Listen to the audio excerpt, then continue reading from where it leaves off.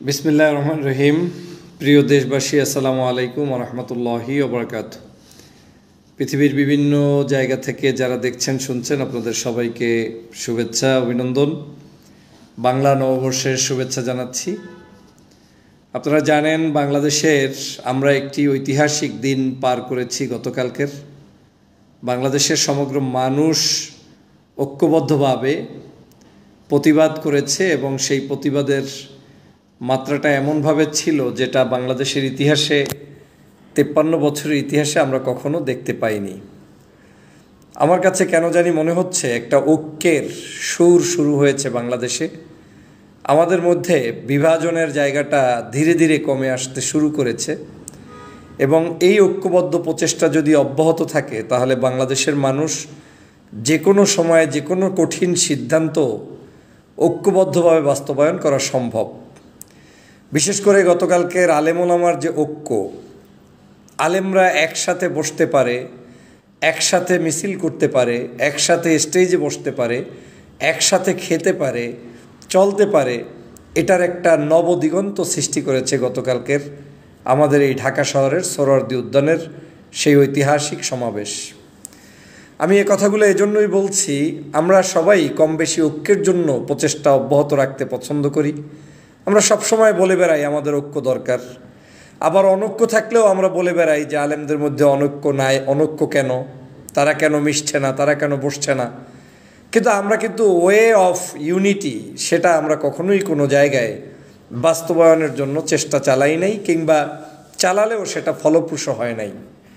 আমার কাছে গতকালকের প্রোগ্রাম দেখে কয়েকটি জিনিস মনে হয়েছে যে ওয়ে অফ ইউনিটি আমরা যারা খুঁজছি তাদের প্রথম কাজটাই হচ্ছে ত্যাগ। আমাকে আপনাকে ত্যাগের মহিমায় উজ্জীবিত হতে হবে, যে আমি এই আমিত্ব ছেড়ে দিয়ে আমরা যখন একত্রিত হওয়ার মানসিকতা পোষণ করব, যে আমার নাম ব্যানারে থাকবে না, আমার তালিকায় স্টেজে থাকবে না, আমার বক্তব্য থাকবে না, আমার নেতৃত্ব থাকবে না, এই যে আমার থাকবে না করে দিতে পারবো যখন, তখনই মূলত আমাদের পক্ষে একটি বৃহত্তর শক্তি, বৃহত্তর ঐক্য, বৃহত্তর যে কোনো কিছু করা সম্ভব। গতকালকে তার জ্বলন্ত প্রমাণ বাংলাদেশের নাগরিকরা দেখিয়েছে, আলেম সমাজ দেখিয়েছে। আমি হৃদয় নিংড়ানো ভালোবাসা দিয়ে বাংলাদেশের সমগ্র সেলসেলার, সমগ্র মতের, সমগ্র তরিকার, সমগ্র দলের মানুষদেরকে জানাই আন্তরিক শুভেচ্ছা এবং অভিনন্দন। আমি এই কথাগুলো এজন্য বলেছি, নিজের চোখে দেখে এসেছি। গত 2-3 দিন পর্যন্ত সেই জায়গায় যে অ্যাক্টিভিটিস দেখেছি সেগুলোর মধ্যে এরকম কখনো আমি দেখি নাই আমি কখনোই। আপনাদের কাছে জানা থাকলে বলেন যে বাংলাদেশের কোনো একটি আয়োজন হয়েছে যেই আয়োজনে জামাত ইসলামের নেতাকর্মী কাজ করছেন, শিবিরের নেতাকর্মী কাজ করছেন, ছাত্রদলের নেতাকর্মী কাজ করছেন, কিংবা তাদের সাথে ইসলামী আন্দোলন, বাংলাদেশের ছাত্র আন্দোলনের কাজ করছেন, খেলাফত মজলিসের কাজ করছেন, হেফাজতে ইসলামের কাজ করছেন, তাবলিগ জামাতের লোকজন কাজ করছেন, এর সাথে আবার অন্য বিভিন্ন, বাংলাদেশে তো আমাদের অনেক মতাদর্শ আছে, মতানৈক্যও যেমন আছে, আমাদের ভিন্ন ভিন্ন সিস্টেমে আমরা এক একজনকে ফলো করি। আমরা এজন্য কাউকেই আমরা ছোট করছি না, সবাই আমাদের কারো না কাছে গ্রহণযোগ্য ব্যক্তি। তো সেই জায়গা থেকে এই মানুষগুলো এত সুন্দরভাবে একত্রে করতে পেরেছে, এটা আসলে ভাষায় প্রকাশ করা যাবে না। আমি সেজন্য কৃতজ্ঞতা জানাই। দেখেন, একজন জাতীয় মসজিদের খতিব সাহেব পর্যন্ত আমি অবাক হয়েছি যখন ফ্লোরে বসা ছিল স্টেজে। তাদের কাছ থেকেই ঐক্য সম্ভব, তাদের কাছ থেকেই আমাদের শেখার আছে অনেক কিছু। একজন আয়োজক, যার আমরা তো সবাই কম বেশি জানি, আমরা যদিও এখানে কোনো আমির নাই, কোনো সভাপতি নাই, কোনো নেতৃত্বের নেতা নাই, কিন্তু এটা তো সবাই ভালোই বোঝে যে এই আয়োজনের মূল জায়গাটা বা সূত্রপাতটা শায়েখ আহমদুল্লাহর হাত থেকে তৈরি হয়েছে। তো একজন শায়েখ আহমদুল্লাহ, তার একটা চেয়ার নাই, তার নিজের একটা ব্যাজ নাই, তার একটা তালিকা নাই, সে সবাইকে দিয়ে তারপরে সন্তুষ্ট।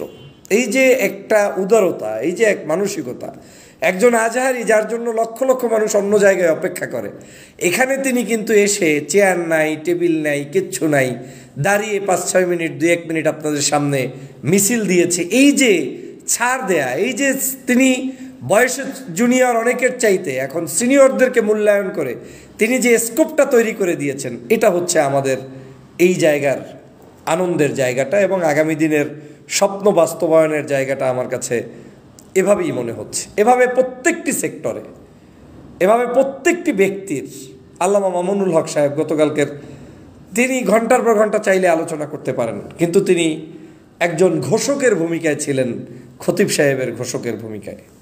তো চরমনার পীর সাহেব আলোচনা করলে, বক্তব্য দিলে ঘন্টার পর ঘন্টা করতে পারবেন, তিনি সেখানে উপস্থিত, কোনো কথা নেই, বক্তব্য নেই।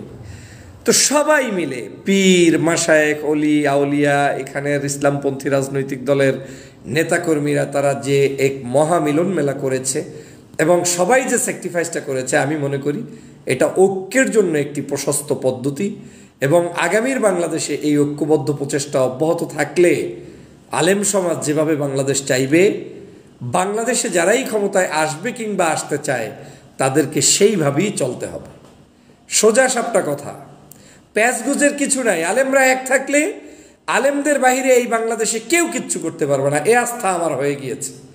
আমি এখনও চ্যালেঞ্জ দিয়ে বলছি, বাংলাদেশের এমন কোনো শক্তি নাই যারা এই যে গতকালকের প্রোগ্রাম হয়েছে, একটা পয়সা খরচ হইল না, একটা মাইকিং নাই, একটা পোস্টারিং নাই, ফেসবুকে অনলাইনে শুধু জানিয়ে দেওয়া হয়েছে। তাও কি প্রোগ্রাম হবে এক জায়গায়, একদিন আগে নোটিশ দিয়ে বলা হচ্ছে প্রোগ্রাম হবে আর এক জায়গায়। সেই জায়গায় আপনি ফজর পর্যন্ত কোনো মানুষজনের আনাগোনা নাই, কোত্থেকে এত হাজার হাজার আবাবিল পাখি এসে উপস্থিত হইল, লক্ষ লক্ষ মানুষ এখানে উপস্থিত হলো কোত্থেকে?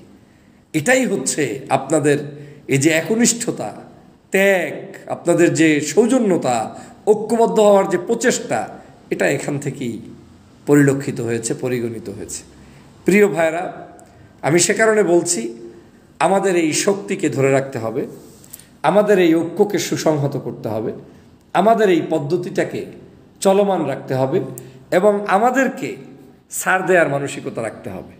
আমার কোনো কর্মীর আচরণে যেন আমার দলীয় সিদ্ধান্ত হয়ে না যায়।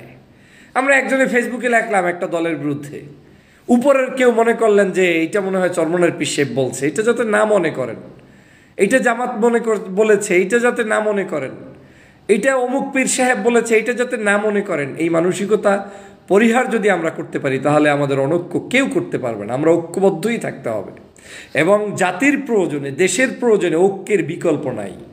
এবং এই ঐক্যের সূতিকাগার তৈরি হয়েছে কিন্তু এই বাংলাদেশে সেই 5ই মের শাপলা চত্বর থেকে। কিন্তু সেখান থেকে আমাদের শিক্ষার আছে অনেক কিছু। আমরা সেখান থেকে কেন আমাদের উপরে বিপদ নেমে এসেছে, কারা করেছে, কি কারণে করেছে, সেই শিক্ষা অর্জন করে পরবর্তীতে আপনার বাংলাদেশের এই 24-এর আন্দোলন, তারপরে এখন যে কোনো ডাকে লক্ষ লক্ষ মানুষের আগমন, এটাই হচ্ছে আমাদের প্রত্যেক দিনই এখান থেকে শিখতে হবে। এবং আমিও শিখতে চাই, আমিও বুঝতে চাই, আমিও জানতে চাই এবং আমিও স্যাক্রিফাইস করতে চাই। কারণ আমরা যদি একে অপরের স্যাক্রিফাইস করতে পারি, তাহলে আমাদের সবাই মিলে এই দেশটাকে এগিয়ে নেওয়া সম্ভব বলে আমি মনে করি। আমি গতকালকের যে কার্যক্রমটি হয়েছে, এই কার্যক্রমের জন্য যারা কষ্ট করেছেন, বিভিন্ন সেক্টরে যারা কাজ করেছেন, সময় দিয়েছেন, এখনও দিচ্ছেন, গবেষণা করছেন, আপনাদের প্রতি কৃতজ্ঞতা জানাই। কারো কোনো ভুল ত্রুটি হয়ে থাকলে সবাইকে ক্ষমা সুন্দর দৃষ্টিতে দেখে আগামীর বাংলাদেশ বিনির্মাণে আমরা একে অপরের সাথে ঐক্যবদ্ধভাবে মিলিত হব, সেই প্রত্যাশা ব্যক্ত করছি। ভালো থাকবেন, সুস্থ থাকবেন, আল্লাহ হাফেজ। এবং ঐক্যবদ্ধ হওয়ার জন্য আমাদের প্রচেষ্টা সবাই অব্যাহত রাখবেন। আসসালামু আলাইকুম ওয়া রাহমাতুল্লাহি ওয়া বারাকাতুহু।